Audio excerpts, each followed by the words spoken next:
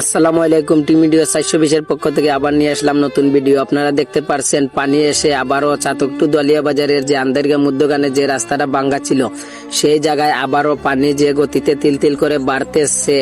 কিন্তু আবারও দেখতে পাচ্ছেন আপনারা এই যে কাজ করা হয়েছিল বাঁশগুলা ভেঙে গেছে এবং পানি কি গতিতে যাচ্ছে জানি না। আশেপাশে বাড়িরা অনেক কষ্টের মধ্যে আছে, কিন্তু এই যে সামনে একটা বাড়ি, এই বাড়িটা অনেক অসহায় আছে, গরিব মানুষ। আপনারা সবাই তার জন্য দোয়া করবেন।